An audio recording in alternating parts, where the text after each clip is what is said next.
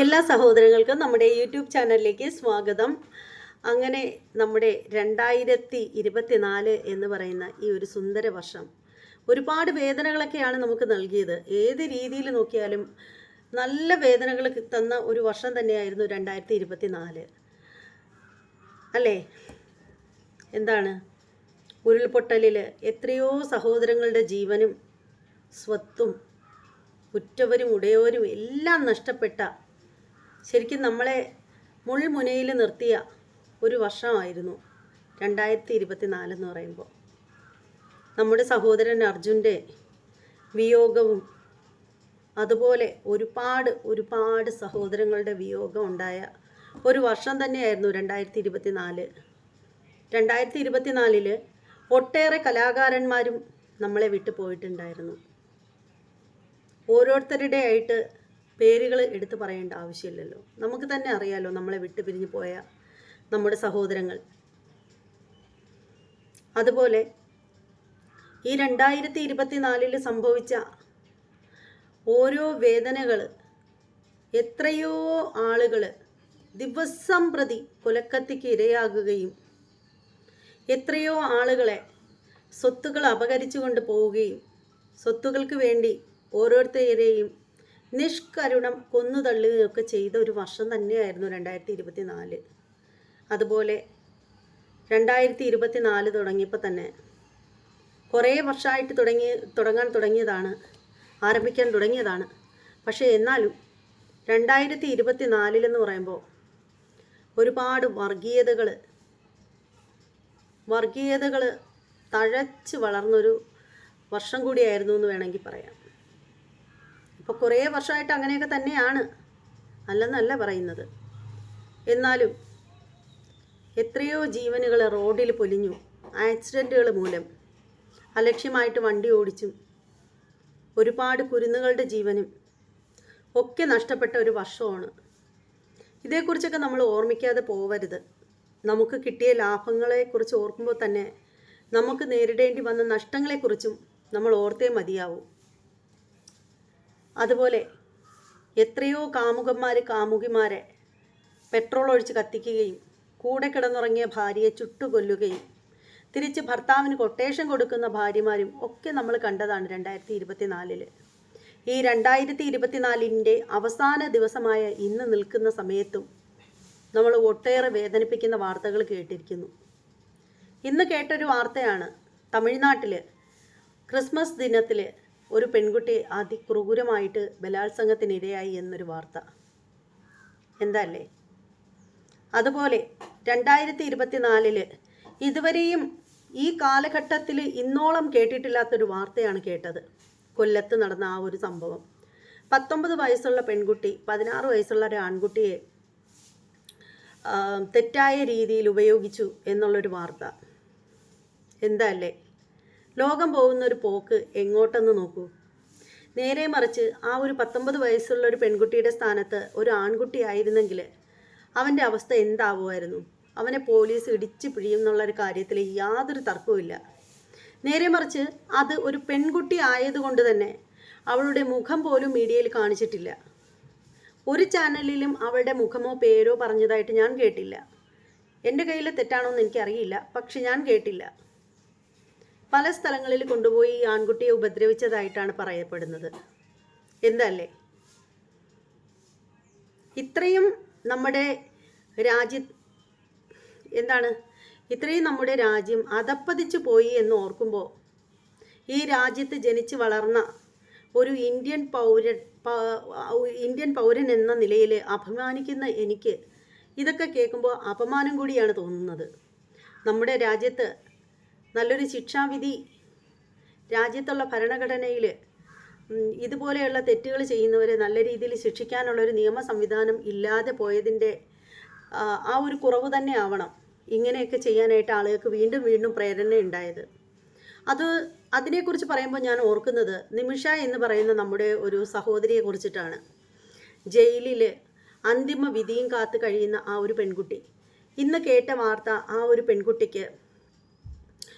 പെൺകുട്ടിക്ക് വധശിക്ഷയ്ക്ക് അവിടുത്തെ പ്രസിഡന്റ് വിധിച്ചു എന്നുള്ളതാണ് അറിയാൻ സാധിച്ചത്. എന്താ അല്ലേ?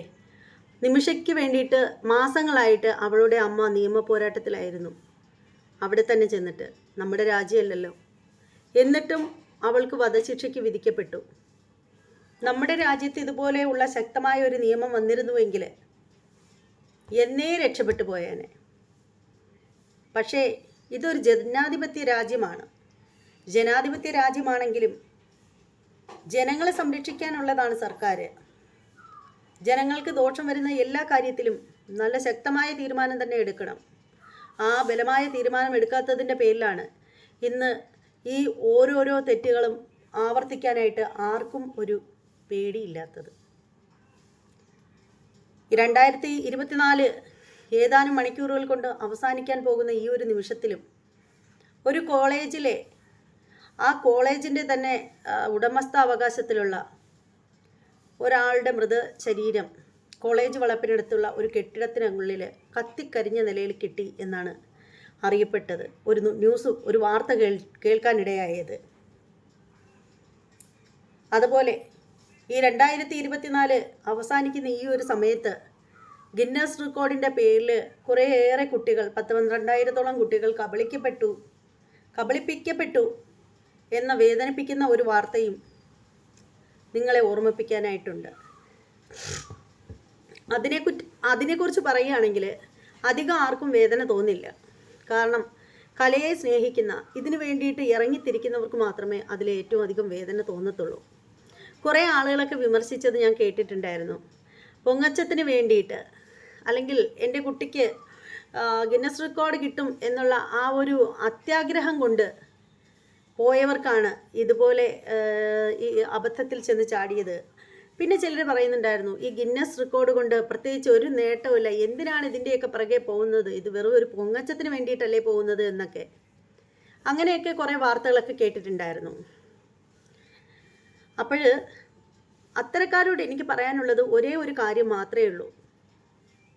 ഗിന്നസ് റെക്കോർഡ് എന്നൊക്കെ പറയുമ്പോൾ അത് ഏത് മേഖലയിലുള്ളവരുടെ കാര്യമായാലും, ഡാൻസിനെ പറ്റി പറയുകയാണെങ്കിൽ, ഇപ്പോൾ ഇവിടെ ഡാൻസ് ആണല്ലോ സബ്ജക്റ്റ്, അപ്പോൾ അതേക്കുറിച്ച് പറയുകയാണെങ്കിൽ ഒരു ഡാൻസ് കുട്ടിക്കാലം മുതലേ കളിച്ച് അത് അരങ്ങേറ്റമൊക്കെ കഴിഞ്ഞു, അതിനുശേഷം അടവുകളെല്ലാം കരസ്ഥമാക്കി, ഇങ്ങനെ ഡാൻസിൻ്റെ ലോകത്തിൽ ഒരുപാട് കലയെ ഇഷ്ടപ്പെട്ട് മുന്നോട്ട് പോകുന്ന കുട്ടി, അതാണായാലും പെണ്ണായാലും, അവൻ്റെ ഏറ്റവും വലിയ സ്വപ്നമായിരിക്കും ഡാൻസിൽ എനിക്കൊരു ഗിന്നസ് റെക്കോർഡ് നേടണം എന്നുള്ളത്.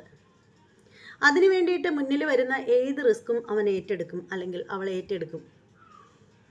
അതിൽ എത്ര ബുദ്ധിമുട്ടുണ്ടെന്നൊന്നും അവർ ചിന്തിക്കത്തില്ല. അതാണ് വാസ്തവം. അപ്പോൾ അതാണ് ഇവിടെ സംബന്ധിക്കുന്നത്. അല്ലാതെ ഗിന്നസ് റെക്കോർഡിന് കിട്ടുന്ന ഒരു സർട്ടിഫിക്കറ്റ് കൊണ്ടുവന്നിട്ട് വസ്തുവിൻ്റെ ആധാരം പണയപ്പെടുത്തുന്നത് പോലെ പണയപ്പെടുത്തി കുറേ പൈസ എടുക്കാമെന്നോ, അല്ലെങ്കിൽ ഈ സർട്ടിഫിക്കറ്റ് കൊണ്ടുവന്ന് ചില്ലിട്ട് വെക്കാമോ, അല്ലെങ്കിൽ ഈ സർട്ടിഫിക്കറ്റ് കൊണ്ടുവന്നിട്ട് ഏതെങ്കിലും ഒരു ജോബിന് വേണ്ടി ശ്രമിക്കുന്ന സമയത്ത് ഈ സർട്ടിഫിക്കറ്റ് കൊണ്ടുവന്ന് കാണിക്കുമ്പോൾ നമുക്ക് ജോലി നേടാമെന്നോ എന്നൊന്നും വിചാരിച്ചിട്ടല്ല ആരും ഇതിലേക്കൊന്നും ഇറങ്ങിത്തിരിക്കുന്നത്. ഇത് കാണിച്ച് മറ്റുള്ളവരുടെ അടുത്ത് പൊങ്ങച്ച നേടാനും വേണ്ടിയിട്ടല്ല. അതൊക്കെ നിങ്ങളുടെയൊക്കെ വെറും മിഥ്യകൾ മാത്രമാണ്, വെറും ധാരണ മാത്രമാണ്. ഇതൊക്കെ എന്ന് പറഞ്ഞാൽ കലയെ സ്നേഹിക്കുന്ന ഒരാളിനെ സംബന്ധിച്ചിടത്തോളം ഒരു ഗിന്നസ് റെക്കോർഡ് എന്നൊക്കെ പറയുന്നത് അത് അവരുടെ ഒരു അംഗീകാരമാണ്, അവരുടെ മനസ്സിൻ്റെ തന്നെ ഒരു അംഗീകാരമാണ്. എന്തായാലും അതിൻ്റെ ആ ഒരു പൾസ് മനസ്സിലാക്കിയിട്ടാണ് ഈ ഒരു പദ്ധതി മുന്നോട്ട് കൊണ്ടുവന്നതും ആളുകൾ. ഈ കുട്ടികൾ അത്രയും ഫൂളായതും അതുകൊണ്ട് തന്നെയാണ്. എന്നിട്ടിപ്പോൾ ഞങ്ങൾ അറിയാൻ സാധിച്ച കാര്യം എന്താണെന്ന് വെച്ചാൽ, ഈ ഒരു മത്സരത്തിൽ പങ്കെടുത്ത എല്ലാ കുട്ടികൾക്കും സർട്ടിഫിക്കറ്റ് കിട്ടും എന്നുള്ളതാണ് നമ്മളിപ്പോൾ അറിയാൻ സാധിച്ചിട്ടുള്ളത്. എന്നാലും ഞാൻ ചോദിക്കുന്നത് ഒന്ന് മാത്രമാണ്, രാവും പകലും കിടന്ന് കഷ്ടപ്പെട്ട് കളിച്ച് നല്ല രീതിയിൽ പ്രാക്ടീസും കിട്ടി അവിടെ വന്ന കുട്ടികളും അതുപോലെ ഇതിനു വേണ്ടിയിട്ട് മാത്രം ഡാൻസ് സെറ്റ് ചെയ്ത് വന്ന കുട്ടികളും അവിടെ ഉണ്ടായിരിക്കണം. ഈ 12,000 പേരിലും കുട്ടിക്കാലം തൊട്ട് ഡാൻസ് പഠിച്ച് ഒരു 5 വർഷത്തിൽ കൂടുതൽ ഡാൻസിൽ എക്സ്പീരിയൻസ് ഉള്ള കുട്ടികൾ മാത്രമല്ല അവിടെ ഉള്ളത്. ഇങ്ങനെ ഒരു കോമ്പറ്റീഷൻ ഉണ്ട് എന്ന് പറയുമ്പോൾ ഒരു 3,000, 3,500, 5,000, 10,000 രൂപയായാലും എൻ്റെ കുട്ടിക്കും ഒരു സർട്ടിഫിക്കറ്റ് കിട്ടുമല്ലോ എന്നുള്ള രീതിയിൽ വന്നിട്ടുള്ള ആളുകളും ഒരു പക്ഷേ ഉണ്ടാവും. അത് പറയുന്ന കണക്ക് നേരത്തെ പറഞ്ഞതുപോലെ ചിലപ്പോൾ പൊങ്ങച്ചത്തിന് വേണ്ടിയിട്ടൊക്കെ ആയിരിക്കാം. അപ്പോൾ ആ വരുന്ന കുട്ടികൾ, അതായത് ഒരു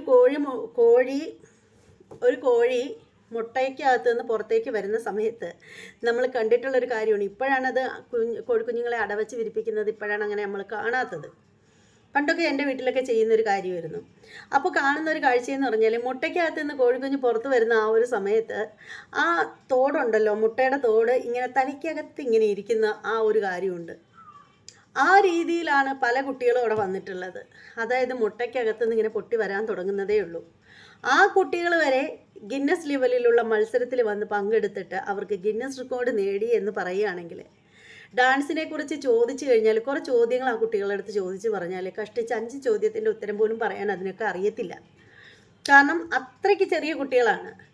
ആ കുട്ടികളൊക്കെ ഗിന്നസ് റെക്കോർഡ് നേടി എന്ന് പറയുമ്പോൾ എന്താണല്ലേ, എന്താ ചിലരെങ്കിലും വിചാരിക്കും, ഓ ഇവളുടെ മോള് വലിയ പുണ്യാളത്തി, അവൾ വലിയ ഡാൻസുകാരി, അവൾക്ക് മാത്രം കിട്ടിയാൽ മതിയോ എന്ന് ചോദിക്കുക. അതൊന്നുമല്ല. ഇപ്പോൾ എൻ്റെ മകൾക്കാണെങ്കിലും മറ്റൊരു കുട്ടിക്കാണെങ്കിലും അർഹതയുള്ളവർക്ക് കിട്ടുക. പ്രത്യേകിച്ചും ഈ ഗിന്നസ് റെക്കോർഡ് എന്ന് പറയുന്ന റെക്കോർഡുകളൊക്കെ, അല്ലെങ്കിൽ അത്തരത്തിലുള്ള സർട്ടിഫിക്കറ്റുകൾക്കൊക്കെ ഒരുപാട് വാല്യൂ കാണുന്നത് കൊണ്ടാണ് ആളുകൾ അതിനെ ഭയങ്കര ഇതിൽ കാണുന്നത് കൊണ്ടാണ് ആ ഒരു മത്സരത്തിൽ പൈസ ഇല്ലാതിരുന്നിട്ട് പോലും മത്സരിക്കാനായിട്ട് മുന്നോട്ട് വരുന്നത്. ഈ പറയുന്ന ഞാൻ പോലും അതിനുള്ള പൈസ എൻ്റെ കയ്യിൽ ഇല്ലായിരുന്നു. ഈ രജിസ്ട്രേഷൻ സമയത്ത് കൊടുക്കാനായിട്ട് പൈസ ഇല്ലായിരുന്നു. ആ സമയത്ത് നമ്മൾ റോൾ എടുത്തിട്ടാണ് സത്യം പറയുകയാണെങ്കിൽ ഞാൻ ഈ ഒരു ഫീസിൻ്റെ പൈസ കൊടുത്തത്. അതാണ് വാസ്തവം. അപ്പോൾ അതേ അവസ്ഥയിലായിരിക്കണം പലരും അതേ അവസ്ഥയിലൊക്കെ ആയിരിക്കണം പൈസയൊക്കെ സംഘടിപ്പിച്ച് കൊടുക്കുന്നത്. അപ്പോൾ അവിടെ നടന്നത് ഒരു കോമ്പറ്റീഷൻ ആയിരുന്നുവെങ്കിൽ, നല്ലൊരു മത്സരമായിരുന്നു നടന്നതെങ്കിൽ, ആ മത്സരത്തിൽ നമ്മുടെ കുട്ടികളെ പോയിട്ട് അവർ തോറ്റാലും നമുക്ക് ഒരു വിഷമവും കാണില്ല. അത് വെറും സ്പോർട്സ്മാൻ സ്പിരിറ്റിൽ നമ്മളങ്ങ് എടുത്തേനെ, ഒന്നും തോന്നിയില്ല.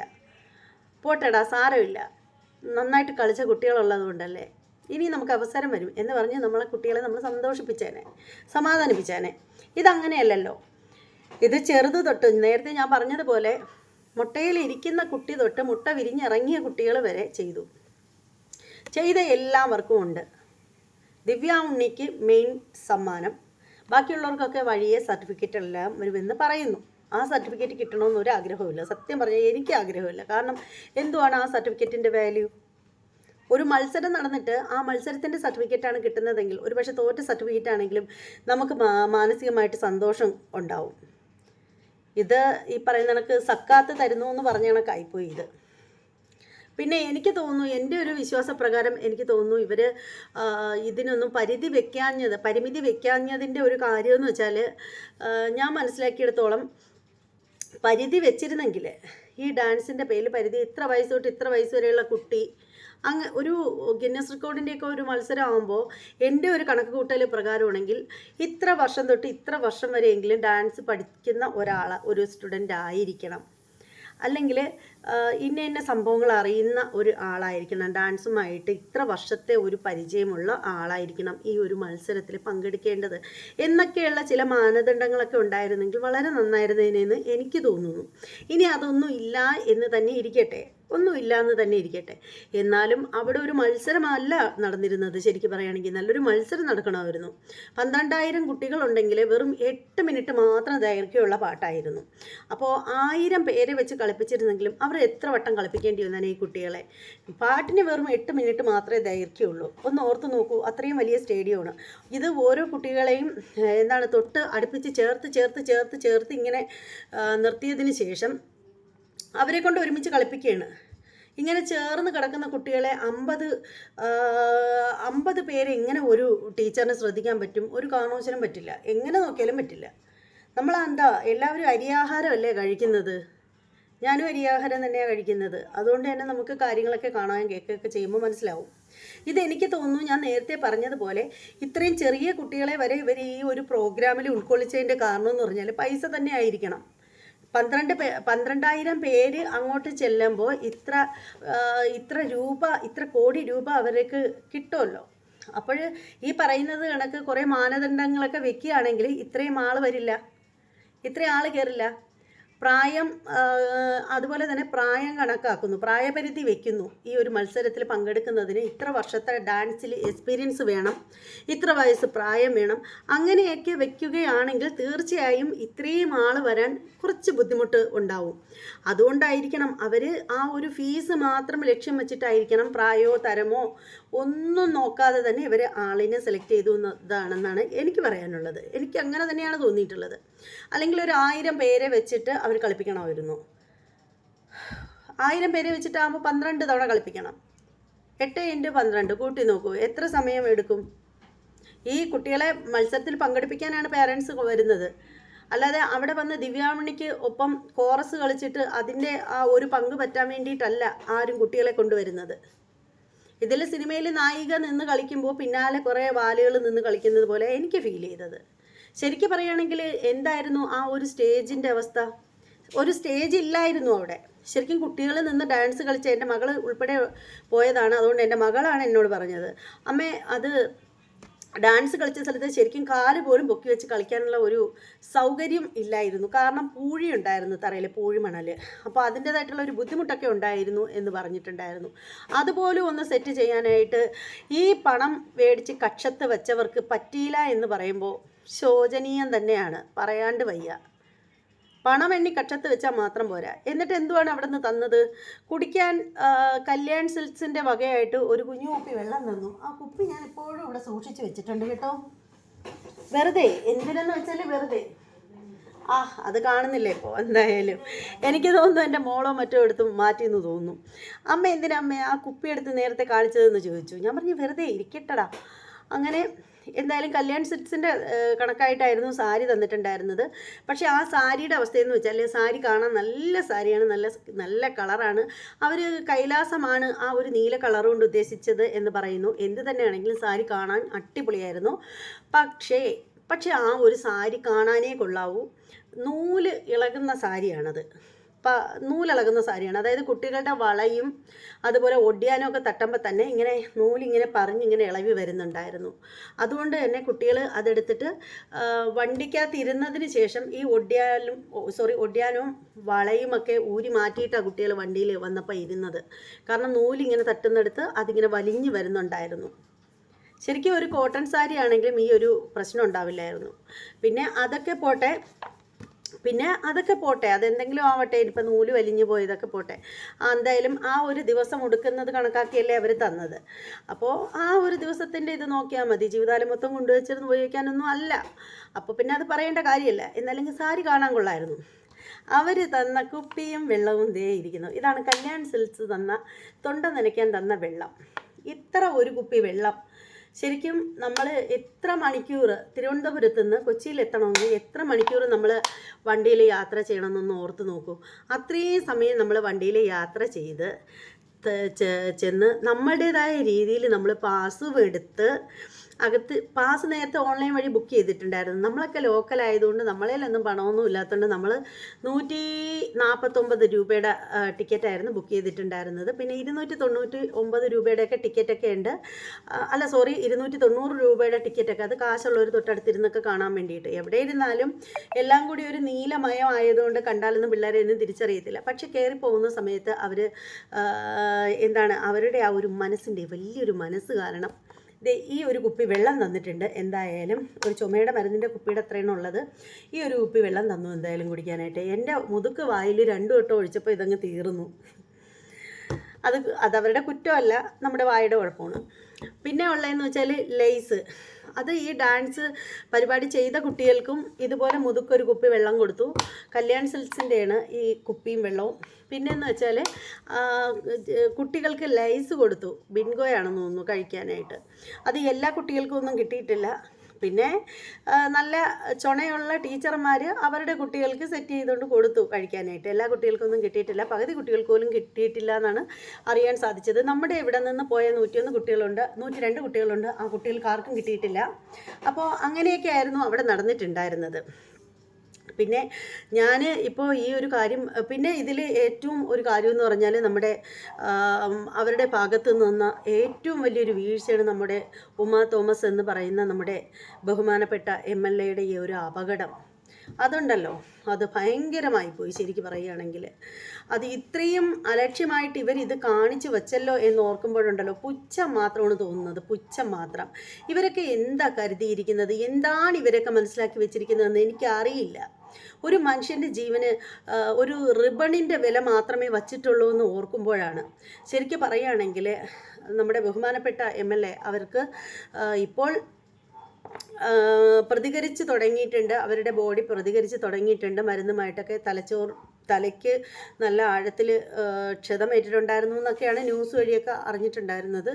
അപ്പോൾ അതിൻ്റെ ഭാഗമായിട്ട് തന്നെ അവർക്ക് നല്ല ബുദ്ധിമുട്ടുണ്ടായിരുന്നു. പക്ഷേ ഇന്നിപ്പോൾ അവരെ വിളിക്കുന്ന സമയത്തിന് അവർ കാലുകൾ അനക്കാൻ പറയുമ്പോൾ അങ്ങനെ ചെയ്തിരുന്നു, അതുപോലെ ചിരിക്കാൻ പറഞ്ഞപ്പോൾ ചിരിച്ചു എന്നൊക്കെയാണ് അവർ പരിശോധിച്ച ഡോക്ടർ അറിഞ്ഞിട്ടുണ്ടായിരുന്നത്. എന്ത് തന്നെയാണെങ്കിലും അവർ ശരിക്കും പറയുവാണെങ്കിൽ അവരുടെ പൂർവ്വസ്ഥിതിയിലേക്ക് വരട്ടെ എന്ന് തന്നെ ആഗ്രഹിക്കുകയാണ്, പ്രാർത്ഥിക്കുകയാണ് അതിനു വേണ്ടിയിട്ട്. പിന്നീട് പറയത്തക്ക ഒരു കാര്യമെന്ന് വെച്ചാൽ, സത്യം പറയാലോ, പറയാൻ പാടില്ലാത്തതാണ് എന്നാലും പറയാണ്. നമ്മൾ കേട്ടിട്ടില്ലേ, ചിലത് ചെയ്യുമ്പോഴാണ് മറ്റു ചിലതിന് വളമാവുന്നത് എന്ന് കേട്ടിട്ടില്ലേ? ശരിക്കും പറയുകയാണെങ്കിൽ ഇങ്ങനെ ഒരു അപകടം നടന്നതുകൊണ്ടാണ് സത്യം പറഞ്ഞാൽ എനിക്ക് തോന്നുന്ന ഒരു കാര്യം, ഇങ്ങനെ നമ്മുടെ ഉമ തോമസ് എന്ന് പറയുന്ന നമ്മുടെ പ്രിയപ്പെട്ട, നമ്മുടെ ബഹുമാനപ്പെട്ട നമ്മുടെ MLAക്ക് ഇങ്ങനെ ഒരു ആപത്ത് സംഭവിച്ചത് കൊണ്ടാണ് സത്യത്തിൽ ഇതിൻ്റെ പിന്നിൽ നടന്ന ഈ പണവേട്ട എന്നൊക്കെ വേണേലും പറയാം, അതിനെക്കുറിച്ചിട്ട് പുറത്തേക്ക് വന്നത്. ശരിക്കും പറയുകയാണെങ്കിൽ ചിലരൊക്കെ പറഞ്ഞിട്ടുള്ള ഒരു കാര്യമായിരുന്നു, നിങ്ങൾ 3500 രൂപ കൊടുത്ത് രജിസ്ട്രേഷൻ ചെയ്യുന്ന സമയത്ത് നിങ്ങൾക്ക് ഇതിനെപ്പറ്റി ഒന്നും തോന്നിയിട്ടുണ്ടായിരുന്നില്ലല്ലോ, ഈ പ്രോഗ്രാമിന് വരുന്നതിന് തൊട്ട് മുമ്പലത്തെ സമയം വരെ നിങ്ങൾ ഹാപ്പി ആയിരുന്നല്ലോ, അപ്പോൾ ഈ MLA വീണ് കഴിഞ്ഞപ്പോഴാണ് നിങ്ങൾക്കൊക്കെ കോള് മാറിയത്. അപ്പോൾ അതുവരെ നിങ്ങൾക്ക് ഒരു ചിന്തയുണ്ടായിരുന്നില്ലല്ലോ ഈ രജിസ്ട്രേഷൻ ഫീസ് ഇത്രയും കൊടുത്തതിനെ പറ്റി എന്നൊക്കെ പറഞ്ഞിട്ട് പലരും ചോദിച്ചിട്ടുള്ളത് കേട്ടതായിരുന്നു, ഞാൻ കേട്ടിട്ടുണ്ടായിരുന്നു പലരും ഇങ്ങനെയുള്ള ചോദ്യങ്ങൾ ഉന്നയിച്ചത്. അപ്പോൾ അവരോട് എനിക്ക് പറയേണ്ട ഒരു കാര്യമെന്ന് വെച്ചാൽ, പലരുടെയും മനസ്സിൽ തോന്നിയിട്ടുണ്ടാവാം, പലരും നോക്കുമ്പോഴത്തേക്ക് ഗിന്നസ് റെക്കോർഡ് എന്നുള്ള ആ ഒരു റെക്കോർഡിനെ മാത്രം ലക്ഷ്യം വെച്ചിരുന്നവർക്ക്, അല്ലെങ്കിൽ ആ ഒരു റെക്കോർഡിൻ്റെ മാഹാത്മ്യത്തെക്കുറിച്ച് ഒരുപാട് അതിര് കവിഞ്ഞ താല്പര്യമുള്ള ആളുകൾക്ക് 3500 എന്നല്ല 30,500 ഭാരമായിട്ട് തോന്നിയില്ല. അവർ കടം മേടിച്ചായാലും എന്നെപ്പോലെ റോൾ എടുത്തായാലും ആ പൈസയൊക്കെ അടയ്ക്കാനായിട്ട് കൊടുക്കും. പക്ഷേ അവരുടെ മനസ്സിൽ ഏറ്റവും വിഷമം തോന്നിയ ഒരു സംഭവം എന്ന് വെച്ചാൽ, അവിടെ ചെന്നപ്പോഴത്തേക്ക് അവിടെ അതൊരു വലിയ കോമ്പറ്റീഷനായിട്ട് തോന്നിയിട്ടുണ്ടായിരുന്നില്ല. ശരിക്കും കലയെ സ്നേഹിക്കുന്ന ആളുകൾ എപ്പോഴും ഇഷ്ടപ്പെടുന്നത് ഒരു മത്സരത്തിലൂടെ നേടുക എന്നുള്ളതാണ്, അല്ലാതെ പോയി എന്തെങ്കിലും കാട്ടിക്കൂട്ടിയിട്ട് ഒതുങ്ങി ഒരു സൈഡിലൂടെ നിന്ന് പിടിച്ചെടുക്കുക എന്നുള്ളതല്ല. ബിഗ് ബോസിൽ നമ്മൾ കാണാറുണ്ട്, ചില ആളുകളെന്ന് പറഞ്ഞാൽ സേഫ് ഗെയിമാണ് പ്രയോഗിക്കുന്നത്. അവർ എങ്ങും പെറലാതെ ഇങ്ങനെ നൈസിന് ഒതുങ്ങി അങ്ങ് നിൽക്കും, എന്നിട്ട് നേടാൻ ശ്രമിക്കും. അപ്പോൾ അതല്ല, ഫൈറ്റ് ചെയ്ത് നേടണം, അതാണ് കാണുന്നവർക്കും താല്പര്യം തോന്നുക, പോകുന്നവർക്കും ഒരു മാനസിക സംതൃപ്തി ഉണ്ടാവുക. അപ്പോൾ ഈ പറഞ്ഞതുപോലെ ഡാൻസിന് വരുന്ന കുട്ടികളുടെ ഉള്ളിലും എന്താണെന്ന് വെച്ചാൽ, അവർ നന്നായിട്ട് ഫൈറ്റ് ചെയ്ത് നേടണം എന്നുള്ള രീതിയിലായിരിക്കും അവിടെ വന്നിട്ടുണ്ടാവുക, ഇതേക്കുറിച്ച് കൂടുതൽ അറിയാതെയൊക്കെ പോയിട്ടുണ്ടാവുക. അപ്പോൾ ഫൈറ്റ് ചെയ്തിട്ട് കിട്ടിയില്ലെങ്കിലും അവർക്ക് അത്രയ്ക്ക് വിഷമം ഉണ്ടാവില്ല, ഇനി ഒരു അവസരം വരുമ്പോൾ നേടാം എന്നുള്ളൊരു ശുഭാപ്തി വിശ്വാസമായിരിക്കും ഉണ്ടാവുക. ഇതിപ്പോൾ ചെന്നപ്പോൾ ഡാൻസിനെ കുറിച്ച് അറിയാവുന്നവനും അറിഞ്ഞൂടാത്തവനും ഇതിനു വേണ്ടിയിട്ട് മാത്രം ഡാൻസ് വന്ന ആളുകളും ഒക്കെ അടിപൊളിയായിട്ട് പെർഫോമൻസ് ചെയ്തു എന്നുള്ള രീതിയിൽ എല്ലാവർക്കും സർട്ടിഫിക്കറ്റ് പറഞ്ഞു വെച്ചിരിക്കുകയാണ്. അപ്പോൾ അത് കേൾക്കുമ്പോഴത്തേക്ക് ഇതുപോലെ ഉറക്കമുളച്ചിരുന്ന് വന്ന കുട്ടികൾക്കൊക്കെ വിഷമം ഉണ്ടാവും. പിന്നെ ഇങ്ങനെ ഓരോരോ എവിടെയാണെങ്കിലും ഒരു കാര്യത്തെ പ്രതികരിക്കണമെന്നുണ്ടെങ്കിൽ അതിന് പിന്നിൽ എന്തെങ്കിലുമൊക്കെ കാര്യത്തിന് ചുരുളുകൾ അഴിയുമ്പോഴായിരിക്കും ഓരോന്നിൻ്റെ ആയിട്ട് കെട്ടുകൾ ഇങ്ങനെ അഴിഞ്ഞഴിഞ്ഞ് വരുന്നത്, അല്ലേ? ഏതെങ്കിലും ഒരു കുഞ്ഞു കാര്യം എടുത്തിടുമ്പോഴായിരിക്കും അതിനെ തുടർന്ന് ബാക്കി കാര്യങ്ങളെല്ലാം ഒന്നൊന്നായിട്ട് പുറത്തു വരുന്നത്. അത് തന്നെയാണ് ഇവിടെയും സംഭവിച്ചത്. ശരിക്കും ഈ ഒരു സംഭവം നമ്മുടെ ഉമ എന്ന് പറയുന്ന നമ്മുടെ ബഹുമാനപ്പെട്ട MLAക്ക് സംഭവിച്ചു കഴിഞ്ഞപ്പോഴാണ് അതിൻ്റെ പിന്നിൽ വന്ന ഈ അലക്ഷ്യമായിട്ട് സ്റ്റേജ് കെട്ടിയതിനെ പറ്റിയുള്ള സംഭവങ്ങൾ പുറത്തു വന്നത്.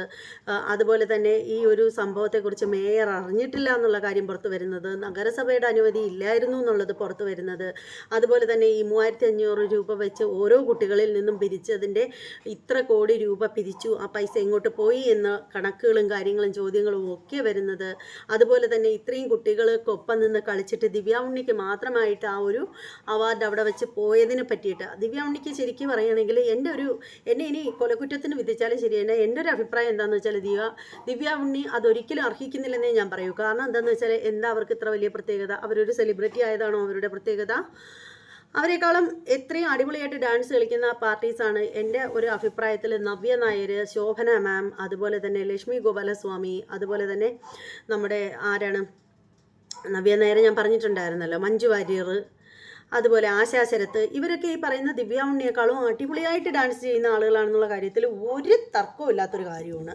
അതിനെ ആരെന്ത് പറഞ്ഞാലും ശരി തന്നെ ഞാൻ അതിൽ തന്നെ ഉറച്ചു നിൽക്കും. പിന്നെ ദിവ്യ ഉണ്ണി പറയുന്നു എൻ്റെ ഏറ്റവും വലിയ സ്വപ്നമായിരുന്നു എനിക്ക് ഈ റെക്കോർഡെന്ന്. അപ്പോൾ ദിവ്യ ഉണ്ണിക്ക് ഈ ഒരു റെക്കോർഡ് നേടുന്നതിനുള്ള ഒരു ഉപകരണമായിട്ടാണ് ബാക്കിയുള്ള കുട്ടികളെ നിങ്ങൾ അവിടെ സമ്മേളിച്ചത്, ഒപ്പം പണം പിരിക്കാനുമുള്ള ഒരു ഉപാധി. അങ്ങനെയാണ് എനിക്ക് തോന്നുന്നത്. ഞാൻ എൻ്റെ സ്വന്തം അഭിപ്രായമാണ് പറയുന്നത്, ഇത് ആരുടെ അഭിപ്രായമല്ല, എൻ്റെ മാത്രം അഭിപ്രായമാണ്. അപ്പോൾ എനിക്ക് അങ്ങനെയാണ് തോന്നുന്നത്. അപ്പോൾ ദിവ്യ ഉണ്ണിയുടെ സ്വപ്ന സാക്ഷാത്കാരത്തിന് വേണ്ടിയിട്ടായിരുന്നോ ഈ കുട്ടികളെ എല്ലാവരെയും അവിടെ കൊണ്ടു നിർത്തി വേഷം കെട്ടിച്ച് തുള്ളിച്ചത്? അതാണ് എനിക്ക് ചോദിക്കാൻ തോന്നുന്നത്. എന്തായാലും അവിടെ നടന്നത് ഒരു മത്സരമേ അല്ലായിരുന്നു. അതുമാത്രമല്ല, ദിവ്യ ഉണ്ണി സ്റ്റേജിലേക്ക് വരുന്ന സമയത്ത് നേരിട്ട് നമ്മൾ കണ്ട ഒരു കാര്യമാണ്, കുറച്ച് കരിമ്പൂച്ചകൾ, ബ്ലാക്ക് കാറ്റ്സ് എന്ന് വേണമെങ്കിൽ പറയാം, അവർ ചുറ്റും കൂടി ദിവ്യ ഉണ്ണിക്ക് പ്രൊട്ടക്ഷൻ കൊടുത്ത് മുന്നോട്ട് കൊണ്ടുവരുന്നു ദിവ്യ ഉണ്ണി. അതെന്താ, സ്റ്റേജിന് മുന്നിൽ നിൽക്കുന്നത് മുഴുവനും ചെറിയ കുട്ടികളാണ്, ഈ ഡാൻസിൽ പങ്കെടുക്കാനായിട്ട് വന്ന കുട്ടികളാണ്.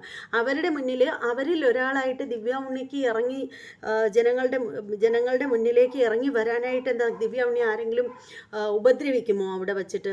അതേ ദിവ്യ ഉണ്ണി ആരെങ്കിലും നിലത്തിട്ട് ചവിട്ടുമോ? അതേ ദിവ്യ ഉണ്ണി ആരെങ്കിലും ഏതെങ്കിലും തരത്തിൽ അപായപ്പെടുത്താൻ ശ്രമിക്കുമോ? ദിവ്യ ഉണ്ണിയെ പ്രൊട്ടക്റ്റ് ചെയ്തൊക്കെ കുറേ ആളുകൾ കൊണ്ടുപോകുന്നത് കണ്ടു. അതിനുശേഷം ദിവ്യ ഉണ്ണിയെ മാറ്റി ദൂരോട്ടൊരു സ്ഥലത്ത് കൊണ്ട് നിർത്തിയിട്ട് ദിവ്യ ഉണ്ണിയെ കൊണ്ട് ഡാൻസ് കളിപ്പിക്കുന്നു, ബാക്കിയുള്ളവരോട് മാറി നിന്ന് കളിക്കുന്നു. അതെന്തൊരു ന്യായമാണ് അതങ്ങനെ നടന്നത്? ദിവ്യ ഉണ്ണി നർത്തകിയായിട്ടാണ് വന്നത് എങ്കിൽ അവർക്കൊപ്പം നർത്തനമാടണമായിരുന്നു. അവിടെ എന്തെങ്കിലും ഒരു സെലിബ്രിറ്റി ആണ്, ഓക്കെ, ഈ സെലിബ്രിറ്റി എന്ന് പറയുന്നത് മനുഷ്യ സ്ത്രീകളല്ലേ. സെലിബ്രിറ്റിയും സാധാരണ മനുഷ്യനും തമ്മിൽ എന്താ ഒരു പ്രത്യേകത? എല്ലാവരുടെയും പ്രത്യേകത ഒന്ന് തന്നെയാണ്, എല്ലാവരും ഒന്ന് തന്നെയാണ്. പലരുടെയും ശരീരം പല പല രീതിയിലായിരിക്കും. സെലിബ്രിറ്റീസൊക്കെ എന്ന് പറഞ്ഞാൽ കൂടുതലും കെമിക്കലുകൾ ഉപയോഗിച്ച് സൗന്ദര്യം നിലനിർത്തുന്നു. സാധാരണപ്പെട്ട ആളുകൾക്ക് കെമിക്കൽ മേടിക്കാൻ താല്പര്യമില്ല, അല്ലെങ്കിൽ മേക്കപ്പ് ഇടാൻ താല്പര്യമില്ലാത്തതുകൊണ്ട് അവർ പൗഡറും പൊട്ടും ലിപ്സ്റ്റിക്ക് ഇടുന്നവരാണെങ്കിൽ എന്നെ പോലെ കുറച്ച് ലിപ്സ്റ്റിക്കൊക്കെ ഇങ്ങനെ വാരി ഇടും, അത്രേ ഉള്ളൂ. അല്ലാതെ വേറൊന്നുമല്ല. വലിയ സെലിബ്രിറ്റി എന്ന് പറഞ്ഞിട്ട് എന്തുവാണ്? സെലിബ്രിറ്റി ആയാലും അല്ലാതെയുള്ളവരായാലും സാധാരണ മനുഷ്യരായാലും അല്ലാത്തവരായാലും കുളിച്ചില്ലെങ്കിലും പല്ല് വെച്ചില്ലെങ്കിലും അടുത്ത് വരാൻ പറ്റില്ല. അത് സെലിബ്രിറ്റി ആയാലും സാധാരണ മനുഷ്യരായാലും അങ്ങനെ തന്നെയാണ്. അതുകൊണ്ട് ഈ സെലിബ്രിറ്റിക്കൊന്നും ഞാൻ വലിയ പ്രത്യേകതയൊന്നും കൊടുക്കുന്നില്ല. പക്ഷേ ശരിക്കും പറയുകയാണെങ്കിൽ ദിവ്യ ഉണ്ണി എന്താണ് പറയുന്നത്, ദൂരെ മാറി നിന്ന് ഡാൻസ് കളിക്കുന്നത് കണ്ടപ്പോൾ എനിക്ക് ശരിക്കും അരോചകത്വം തോന്നി. കാര്യം എന്താണെന്ന് വെച്ചാൽ ഈ കുട്ടികൾ കളിച്ചപ്പോൾ അവരിൽ ഒരാളായിട്ട് കുട്ടികൾക്ക് കീഴിൽ നിന്ന് കളിച്ചില്ലെങ്കിലും കുറച്ച് മുന്നിലോട്ട് മാറി നിന്ന് കളിക്കാമായിരുന്നു. ഇത് കുട്ടികൾ ഇവിടെ നിൽക്കുന്നു, ദിവ്യ ഉണ്ണിയിൽ അങ്ങ് നിൽക്കുന്നു. അത് കണ്ടപ്പോൾ എനിക്ക് ഇഷ്ടം തോന്നിയില്ല. സത്യം പറയുകയാണെങ്കിൽ എനിക്ക് വെറുപ്പാ തോന്നിയത്, ഇതെന്തായി കാണിക്കുന്നതെന്ന്. കാരണം അല്ലെങ്കിൽ തന്നെ ദിവ്യ ഉണ്ണിക്ക് എന്തിനാണ് ഈ അവാർഡ് കൊടുത്തതെന്ന് എനിക്കറിയില്ല. കാരണം ദിവ്യ ഉണ്ണി ചിട്ടപ്പെടുത്തിയ ഡാൻസാണിത്. ഇതിൻ്റെ കൊറിയോഗ്രാഫി ദിവ്യ ഉണ്ണി തന്നെയായിരുന്നു. അപ്പോൾ പിന്നെ ദിവ്യ ഉണ്ണി ശരിക്കും നിന്ന് കളിച്ച കുട്ടികളെല്ലാവരും ദിവ്യ ഉണ്ണിയുടെ സ്റ്റുഡൻ്റ് അല്ല. ദിവ്യ ഉണ്ണി ഇതിൻ്റെ കൊറിയോഗ്രാഫി ചെയ്തതിൻ്റെ കാസറ്റ് മറ്റ് ടീച്ചറുകൾക്ക് എത്തിച്ചു കൊടുക്കുകയും ആ ടീച്ചർ വഴി ഓരോ ടീച്ചറുമാണ് ഓരോ കുട്ടികളെയും 12,000 കുട്ടികളെയും 200ഓളം ടീച്ചർമാരാണ് ഡാൻസ് സെറ്റ് ചെയ്ത് റെഡിയാക്കി അവിടെ കൊണ്ടുവന്ന് നിർത്തിയിരിക്കുന്നത്. അല്ലാതെ ദിവ്യ ഉണ്ണി അല്ല ഈ കുട്ടികളെ ഇന്ന് ഡാൻസ് പഠിപ്പിച്ചത്. അപ്പോൾ ദിവ്യ ഉണ്ണി ശരിക്കും അവരുടെ ഗുരുനാഥയല്ല. ദിവ്യ ഉണ്ണി ഈ ഡാൻസ് കൊറിയോഗ്രാഫി ചെയ്തതിന് ദിവ്യ ഉണ്ണിക്ക് കാശൊന്നും കിട്ടിയില്ലേ? എനിക്കറിയില്ല കേട്ടോ, എനിക്ക് അത്തരത്തിലുള്ള കാര്യങ്ങളൊന്നും അറിയില്ല. എന്നാലും എൻ്റെ ഒരു ചോദ്യമാണ്, ദിവ്യ ഉണ്ണി കഷ്ടപ്പെട്ട് ഈ ഡാൻസ് കൊറിയോഗ്രാഫി ചെയ്തതിന് ദിവ്യ ഉണ്ണിക്കൊന്നും കിട്ടിയിട്ടുണ്ടായിരുന്നില്ലേ? ഇനി കിട്ടിയോ കിട്ടിയില്ലേ? എന്തായാലും ഇത്രയും കോടി രൂപ ബാക്കി സംഘാടകരും അതിന് പിന്നിലുള്ള പ്രവർത്തിച്ച ആളുകൾ മാത്രമായിരിക്കാം ചിലപ്പോൾ എടുത്തിട്ടുണ്ടാവോ. ദിവ്യ ഉണ്ണിക്കൊന്നും കിട്ടിയിട്ടുണ്ടാവില്ല ചിലപ്പോൾ. എന്നാലും പിന്നീട് എനിക്കൊരു ചോദ്യം അതുപോലെ തന്നെ ചോദിക്കാനുള്ളതെന്ന് വെച്ചാൽ, പിന്നെ നേരത്തെ ദിവ്യ ഉണ്ണി ഒരു ഷോയിൽ ഇതിനെപ്പറ്റി ഈ ഒരു പ്രോഗ്രാമിനെ പറ്റി ഒരു ഇൻ്റർവ്യൂവിൽ പറയുന്നത് ഞാൻ കേട്ടൊരു കാര്യമാണ്, ഗുരുനാഥനിൽ നിന്ന് വേണം ഈ കുട്ടികൾ അവിടെ വരേണ്ടത്. അതായത് ഗുരുനാഥൻ വഴി വേണം രജിസ്ട്രേഷൻ നടക്കേണ്ടതെന്ന്. അപ്പോൾ ദിവ്യ ഉണ്ണിയുടെ ഗുരുനാഥയാണോ ദിവ്യ ഉണ്ണിയെ അവിടെ രജിസ്ട്രേഷൻ ചെയ്തത് അവിടെ ഡാൻസ് ചെയ്യുന്നതിന് വേണ്ടിയിട്ട്? അതായത് ഡയറക്റ്റായിട്ട് ഒരു സ്റ്റുഡൻറ്റിന് പോലും ഈ ഡാൻസിന് അർഹതയില്ല. ഡയറക്റ്റായിട്ട് ആർക്കും ഇതിലേക്ക് പ്രവേശിക്കാൻ പറ്റില്ല. ഒരു ഗുരുവിൻ്റെ കീഴിൽ മാത്രമേ ഇതിനെക്കുറിച്ചിട്ട് പഠിക്കാനുള്ള, ഗിന്നസ് റെക്കോർഡിൽ മത്സരിക്കുന്ന കുട്ടികൾക്ക് പഠിക്കാനുള്ള അല്ലെങ്കിൽ അവിടെ വന്ന് പെർഫോം ചെയ്യാനുള്ള അവകാശമുള്ളൂ എന്ന് പറഞ്ഞു. അങ്ങനെയാണെങ്കിൽ ഈ പറയുന്ന ദിവ്യ ഉണ്ണിക്ക് ഗിന്നസ് റെക്കോർഡിൻ്റെ മത്സരത്തിൽ റെക്കോർഡ് കിട്ടിയത് ദിവ്യ ഉണ്ണിക്കായിരുന്നു. അപ്പോൾ ദിവ്യ ഉണ്ണിയെ പഠിപ്പിച്ച ഗുരുനാഥയായിരുന്നു ദിവ്യ ഉണ്ണിക്ക് വേണ്ടിയിട്ട് അവിടെ രജിസ്ട്രേഷനൊക്കെ ചെയ്തത് എന്നാണ് എൻ്റെ ചോദ്യം. മനസ്സിലായിട്ടുണ്ടാവും എന്ന് വിശ്വസിക്കുന്നു. എന്തായാലും കൊള്ളാം. അപ്പോൾ ഈ 2024 പോയ പോക്കെന്ന് വെച്ചാൽ വളരെ വിവാദങ്ങളുടെ ഘോഷയാത്രയിലേക്കാണ് പോയത് 2024. അതുപോലെ നമ്മൾ പിന്നീട് അറിയാൻ സാധിച്ചതെന്ന് പറഞ്ഞാൽ 100 കുട്ടികളിൽ കൂടുതൽ കുട്ടികളെ പരിശീലിപ്പിച്ച് കൊണ്ടുവരുന്ന ടീച്ചറിന് ഗോൾഡ് കോയിൻസ് ഉണ്ടെന്നുള്ള കാര്യം നേരത്തെ കൂട്ടി ഇവരെ അറിയിച്ചു എന്നൊക്കെയാണ് അറിയാൻ സാധിക്കുന്നത്. അത് എത്രത്തോളം വാസ്തവം ഉണ്ടെന്നൊന്നും എനിക്കറിയില്ല. എന്തായാലും നമ്മളെ ഇവിടുന്ന് കൊണ്ടുപോയ ടീച്ചറിന് 102ഓളം കുട്ടികളുണ്ടായിരുന്നു. ടീച്ചറിന് ഗോൾഡ് കോയിൻസ് ഒന്നും അവിടെ വെച്ച് കൊടുത്തിട്ടുണ്ടായിരുന്നില്ല. ഇനി പിന്നീട് എപ്പോഴെങ്കിലും ചിലപ്പോൾ കൊടുക്കുമായിരിക്കും. അതേക്കുറിച്ച് നമുക്ക് വ്യക്തതയില്ല.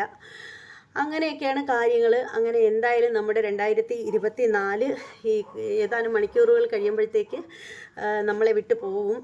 എന്നിട്ട് 2025 വരികയാണ്. 2025-ലെങ്കിലും എല്ലാവർക്കും മനസ്സമാധാനവും സന്തോഷവും ആരോഗ്യ സൗഖ്യങ്ങളും എല്ലാം ഉണ്ടാകട്ടെ എന്ന് ഞാൻ ആഗ്രഹിക്കുന്നു. അതിനു വേണ്ടിയിട്ട് ഞാൻ എല്ലാവർക്കും വേണ്ടിയിട്ട് പ്രാർത്ഥിക്കുന്നതാണ്. പിന്നെ നിങ്ങളെല്ലാവരും ന്യൂ ഇയർ വളരെ ഹാപ്പി ആയിട്ട് തന്നെ അടിച്ച് പൊളിക്കണം എന്നൊക്കെയാണ് എനിക്ക് പറയാനുള്ളത്. ഇപ്പോൾ ഒരുപാട് ദൈർഘ്യമായിപ്പോയി ഈ ഒരു വീഡിയോ. എല്ലാവരും ക്ഷമിക്കുക. ഞാനിങ്ങനെയാണ് എന്തെങ്കിലും പറയാനായിട്ടിരിക്കുമ്പോൾ ഇങ്ങനെ വളവളാന്ന് പറഞ്ഞ് ഇങ്ങനെ പറഞ്ഞുകൊണ്ടേ ഇരിക്കും. അപ്പോൾ നിങ്ങൾക്ക് അതുകൊണ്ട് ബുദ്ധിമുട്ട് തോന്നിയിട്ടുണ്ടെങ്കിൽ എൻ്റെ എല്ലാ കൂടപ്പിറപ്പുകളോടും സോറി. ഇനി മറ്റൊരു വീഡിയോയുമായിട്ട് വരാം. അതുവരെ എല്ലാവർക്കും ബായ്.